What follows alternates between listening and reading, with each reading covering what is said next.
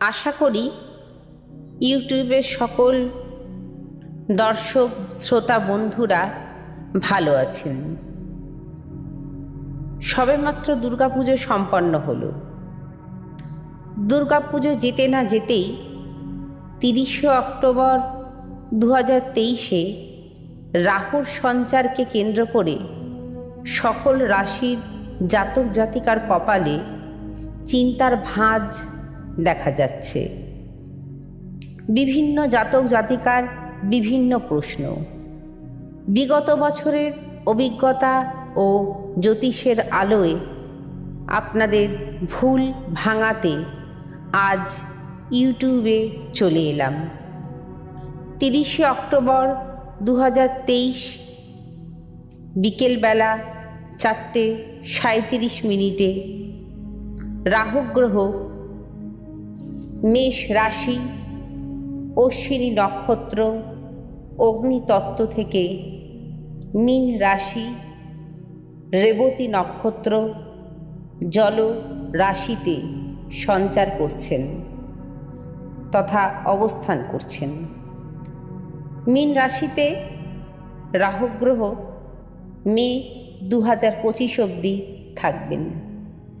মীন রাশি রাশিচক্রের সর্বশেষ রাশি। মীন রাশি জলতত্ত্বের রাশি। এই রাশির চিহ্ন দুটি মাছ, লেজের ভাগে জোড়া আছে।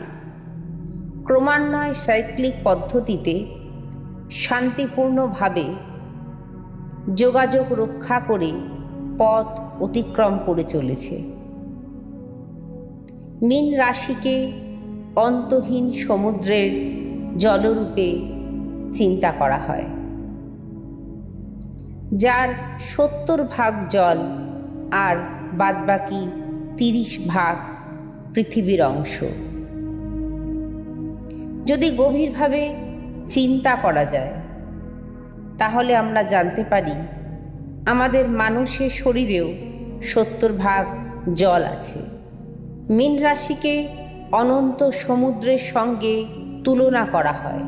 পার থেকে সমুদ্রকে দেখলে সমুদ্রের উৎস, অন্ত, সমুদ্রের গভীরতা, সমুদ্রের রহস্যময়তার কোনো কুলকিনারা পাওয়া যায় না। তাই মীন রাশি রহস্যময় রাশি। যেমন এই রাশির অধিপতি বৃহস্পতি, ঠিক তেমনই এই রাশিতেই শনির জন্ম। আবার এই রাশিতেই শুক্রের উচ্চ অবস্থান।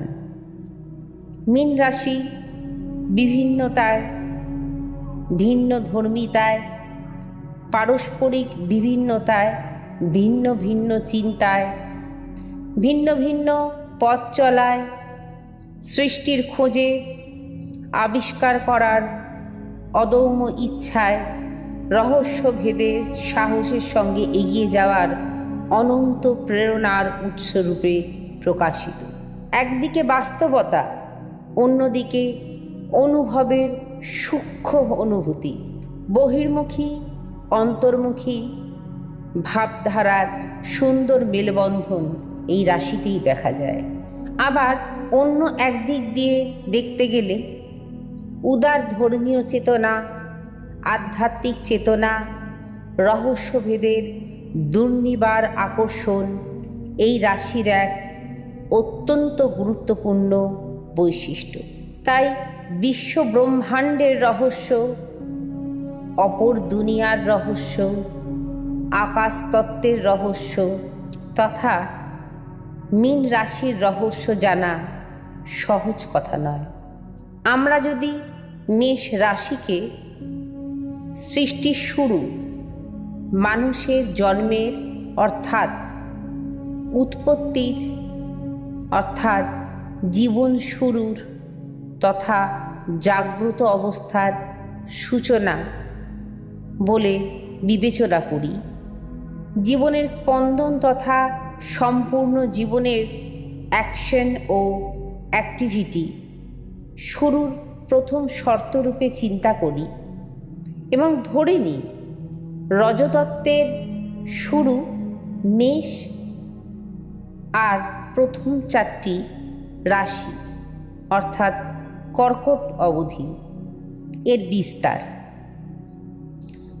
তাহলে আমরা সিংহ থেকে বৃশ্চিক রাশি অবধি 4টি রাশিকে ইনার্শিয়া, সেটা অহং বা কোনো কিছু অতিরিক্ত করা বা তমতত্ত্বের উচ্চ প্রদর্শন বা সর্বকর্ম সম্পন্ন করে কিছু না করার অবস্থা, স্ট্যাগনেন্ট অবস্থাকে বিবেচনা করি।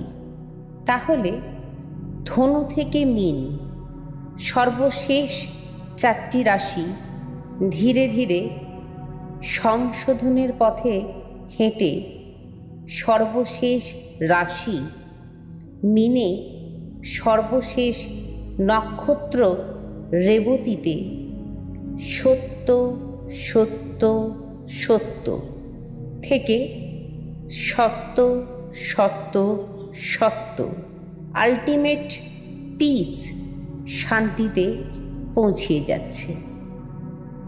অর্থাৎ জীবনের পরিপূর্ণতা।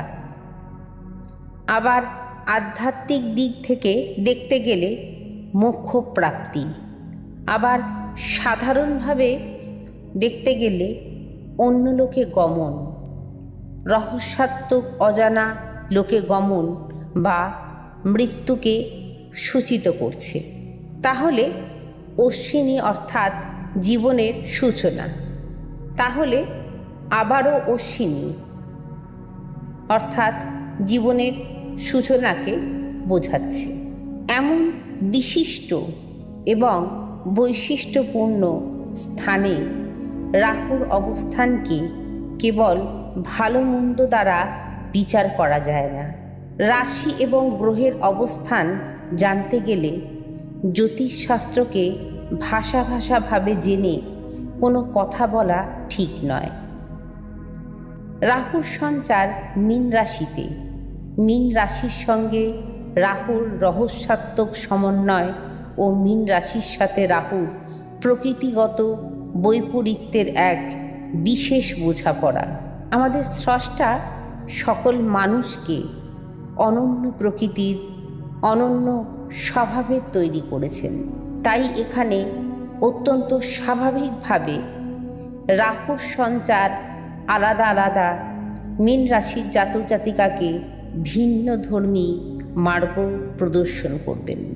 আমাদের সৃষ্টিকর্তা বা স্রষ্টা সকল মানুষকে অনন্য প্রকৃতির অনন্য স্বভাবের তৈরি করেছেন।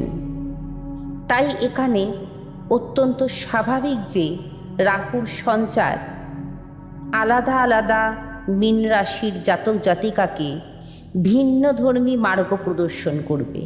অনেকেই ইদানিংকালে আমাকে জিজ্ঞাসা করেছে যে রাহুর সঞ্চারের শুভ অশুভ দিক কী, জীবনে আর কত কঠিন পরীক্ষা রাহুর জন্য দিতে হবে। সকল মীন রাশির জাতক জাতিকাদের জানাই, একদিন কষ্ট করে শ্মশানে চলে যান। দেখুন ওখানে যে মানুষগুলো খাটে শুয়ে আছেন তারা পরম শান্তিতে আছেন। এবার নিজেকে জিজ্ঞাসা করুন তো, আপনারা জীবনে লড়াই করতে চান নাকি পরম শান্তি চান? দেখুন জ্যোতিষশাস্ত্র 5000 বছরেরও বেশি পুরনো, গভীর শ্রদ্ধার, রহস্যাত্মক, গবেষণামূলক, অভিজ্ঞতা নির্ভর, অপার সমুদ্রের গভীর ও দিগন্ত বিস্তৃত শাস্ত্র। বেদের চোখ জ্যোতিষশাস্ত্র, আর জ্যোতিষের প্রাণ হল গ্রহ নক্ষত্ররা।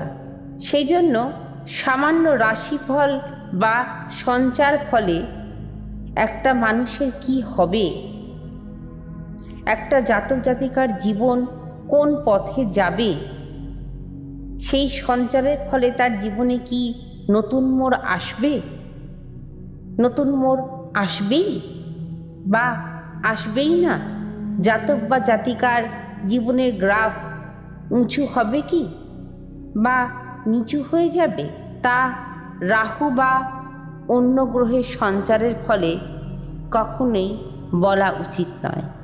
জীবনকে সুন্দর করতে গেলে সবচেয়ে আগে সব বিষয়ে সঠিক পদক্ষেপ নেওয়াটা খুব জরুরি।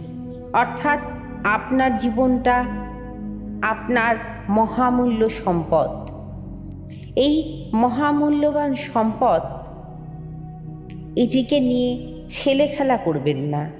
মনে রাখবেন, আপনি যদি আপনার নিজেকে ভালোবাসতে না পারেন, আপনার নিজের জন্য যদি উপযুক্ত গুণসম্পন্ন প্রকৃত লার্নের জ্যোতিষী চয়ন করতে না পারেন, তাহলে না পারার ফলে আপনি আপনার সফল জীবনকে চূড়ান্ত অসফল হতে দেখতে পারেন। তাই জ্যোতিষীর সঠিক পরামর্শে, জ্যোতিষের আলোয় নিজের জীবনের সঠিক রুটম্যাপ তৈরি করুন।